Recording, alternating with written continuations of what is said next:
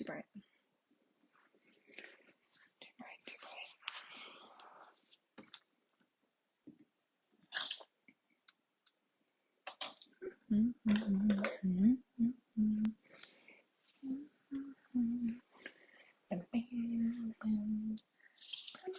Hi, friend. Hi, friend. Hi, friend. I never know what to do with myself on a live, except say hi over and over again in my office. Hi. Let's see. Trying to be very prepared this book club and pull discussion questions and the like. Trying to do all the things. Hello. This last book pick has been a long time coming. I think we picked it in August. Whew. Very quick. And they changed them. Okay. I don't want to ruin anything. I'm going to assume, can you all hear me? I changed the setup of, I haven't gone live in like 7 years. Let me know if you can't hear me, if I'm just talking to the void. So there's a power button, which leads me to believe that, I don't know if, can you hear me? The one I did in July, I think I talked to myself in my office for like 15 minutes and no one could hear me. And then I did one in August, and I think I had similar difficulty setting the thing up. Because I just don't go live ever. And so there's this like, it's all these buttons at the bottom for TikTokers who are so much fancier than me. So I'm never sure if I'm doing it right. And since the last time I went live, everything's different. Okay.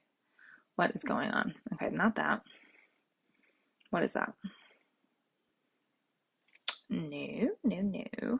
Okay, that's the power button. Okay, I'm going to assume y'all can hear me because I think y'all would be kind enough to comment if you couldn't. I think there's a couple of you. Hi. Swimming lessons. And for those of you, I'm so sorry who read it, because what was this, September's pick? So if you read it in the beginning of September, and this seems like eons ago, I'm so sorry I'm late to the party. I just was very sick for a very long time. But I did read it. So this became not September's book club pick, but September, October. So we're here, we made it. I did look up a couple questions because it was one of those books. I don't know. I really enjoyed it. I'm excited to hear what y'all thought about it. So swimming lessons was very different than what I thought it would be. I very rarely read like the summary of a book before I dive into it, but I saw this cover everywhere like 2 summers ago. It was like very popular on Bookstagram. And so I picked it up when I saw it at a thrift store, and it sat on my shelf for forever. And I knew some people liked it, or the people I knew who read it had positive things to say about it. But based on the cover art, I was expecting something very, I was not expecting it to take place in like a modern setting at all. I was really expecting something a little bit more, maybe because of the fluid motion of the hair and the water and all that, I was just kind of expecting something a little bit more like hippie in nature. There was a book, oh, I can't remember it now, my memory is trash. I don't know, it just reminded me of other books I've read where you're really brought along on like a stream of consciousness kind of thing, like a dreamscape. So when it started and we're in a bookshop, I was very excited. Oh, thank you for asking. I am she, her. Thank you for asking. My pronouns. And so I was very surprised when I just being thrown into the setting. I really enjoyed this book. I read it faster than I planned to once I actually did dive in. And hi, friend. Um, it really reminded me a lot of The Wife by Meg Wolitzer. If you like this book, and like, I think you would love The Wife, because the things that I liked about this book have been, like the dynamic of the marriage was obviously so interesting and so toxic in some ways. But it just like it's just like I don't know. It really interested me more than I thought it would going in. The cover was so hippy dippy, but I really liked. So we did The Wife by Meg Pulitzer. Wolitzer? What's her name? Meg? No, I'm not sure, but it's definitely called The Wife because it was a movie. I think with my memory. This happened with my last pregnancy too. It's a colander. My brain is a colander and things just fly out. But in 2018, a movie came out called The Wife. I think that's the title. And I was really interested in the trailer, so I got the book. And the book features like this really volatile couple. I don't want to say toxic because I don't want to be flippant with that term, but it's like an incredibly dynamic couple. And my book club in Jacksonville, Florida, where I lived at the time, had really strong feelings about the dynamic of the relationship and the black and white morality we expect within a marriage, which I thought the shades of gray were incredibly interesting. And I thought that rang true in swimming lessons as well, of like that there was obviously things that you would like slam the brakes on and like demand that your sister leave a marriage like this, but also like really interesting to watch unfold. And it just really, really kept me interested for a very long time. And so I'm really grateful for those of you who read alongside me. One of the questions in the when I was doing some just like looking for book club questions about this book were if you think Gil ever found the letters Ingrid wrote him, any of them, some of them, all of them. There is no agreement on this point among readers, but I have to assume that we're supposed to assume he at least found two. That was my takeaway. That he was just like, found a couple, jumped in,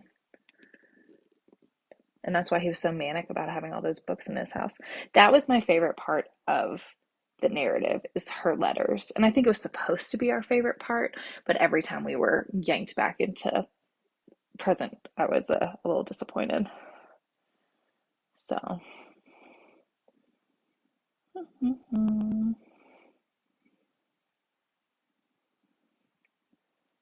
I enjoyed this book a lot. That's really all I had. Again, my memory is trash. Um, this book was so different than I thought it would be.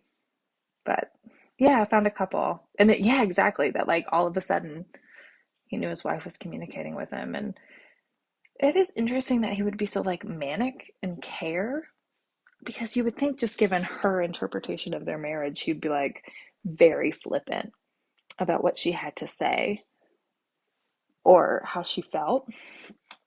So I guess it calls into question like how we're supposed to perceive his experience in the marriage. That it was, I don't know, like through her telling, you would really think that she was such an afterthought for him that after she left, if he were to find letters, I mean, he might be interested in what she had to say. But the fact that he was just hoarding these thousands of books in his new fireplace of a home, just books on books on books, that he needed to know what else she had written. And maybe that speaks to his ego, that he just wanted to experience himself and his prime through his wife's eyes. But I don't know. It didn't make me think like he cared about her more than she thought because I mean, I know perception is reality, and so they both had very different perceptions of what should have been allowed within the confines of their marriage, but she was obviously not on board with a open situation. So I thought she was really interesting.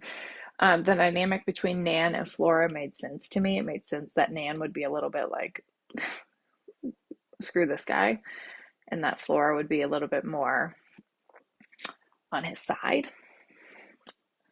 So that played out true to how I thought. I thought the relationship with Jonathan was super interesting. Obviously, Gil's friendship with Jonathan and then his love for Ingrid.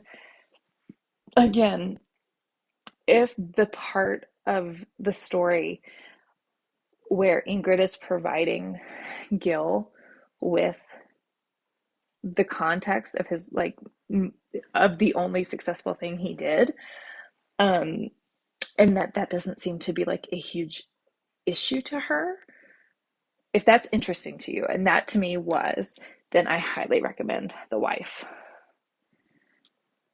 Loved her in a very toxic way. Yeah, the intensity of his love for her. But I also think like he could only love her through how he was perceived. So like when he fancied himself this like intellectual, professorial archetype of an artist, he was able to really commit to her. But then I don't know, then he steps away from that and things just kind of start to flounder a bit from there. And so then, I mean, obviously we walk away knowing she left and didn't drown, right? Like I'm not missing anything there. That was my takeaway. Like very clearly she left. Um, and also a really interesting, uh, oh, what's my Hogwarts house? Thank you so much for asking. I'm a Slytherin. If you would let me know yours, I would love to know. Me and my husband are both Slytherins. And we birthed a Gryffindor, so he's wild. Yeah, I just think like, yeah, she had to have left on her own accord. There was no way she actually drowned. You're Ravenclaw. I, what is it in astrology where like you're a rising sun something and a waning moon? Whatever, like there's anyway, my dominant sign is Slytherin, but Ravenclaw I think would have been like the Sorting Hat second pick for me. So I see you. Let me see. I really want to get, there's the Slytherin mug. Sorry, now we're on the Hogwarts train and we can't get off. Um, there's this Slytherin mug on Etsy that I've had my eye on for ages. And my love language to myself is coffee mugs. And um, we're running into a storage issue. And so my very sweet patient husband, who does all the cooking in our house, so mans everything in the kitchen, was like, if we bring more coffee mugs in, we have to like get rid of some. We're just kind of like out of space. Which is, there's, what am I gonna do? Get rid of my Golden Girls mug? That's crazy. So I'm just holding on to the Slytherin mug in case something breaks accidentally. Then I'll be prepared. I have a nasty woman's mug. Like that's not going anywhere. Sorry. Okay. Well, now I'm thinking about coffee. Yes. So, all this to say, thank you for everyone who read swimming lessons with me. I would highly recommend The Wife if this spoke to you at all. And I'm obviously talking about The Wife so much that I think I like The Wife more than this one. But just I love the idea of what works in a marriage, not being necessarily black and white and not being necessarily what you thought it would be going into it. So I just think that's a really interesting idea to explore.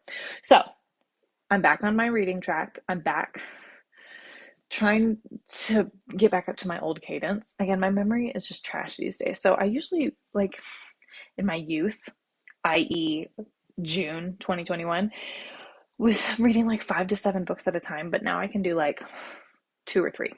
But a book, a book I would love to do in November is China Room.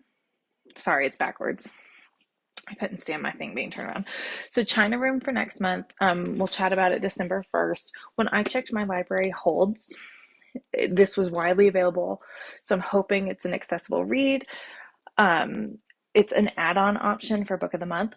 And speaking of, I have a promo code for book of the month. So it's my last TikTok video. I'll give all the details, but the promo word is cozy for November. So if you're not a customer of Book of the Month already, you want to be. I sincerely love it. Like, I've been a customer for years. This is an add-on option. So that's where I got the idea to read it, and then found this at my local independent bookstore. So China Room. Um, Again, don't really know much about it, so going in kind of blind.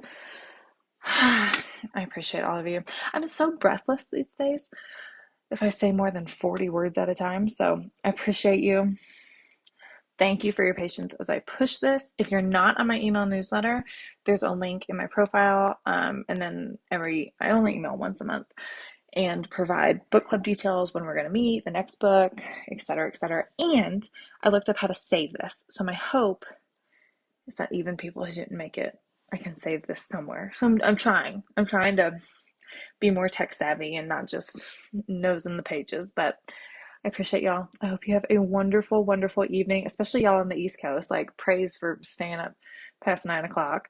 And I'll see y'all soon. I'm going to try and turn this off gracefully, but inevitably I will just stumble my way through. So please excuse any very confused expressions I make.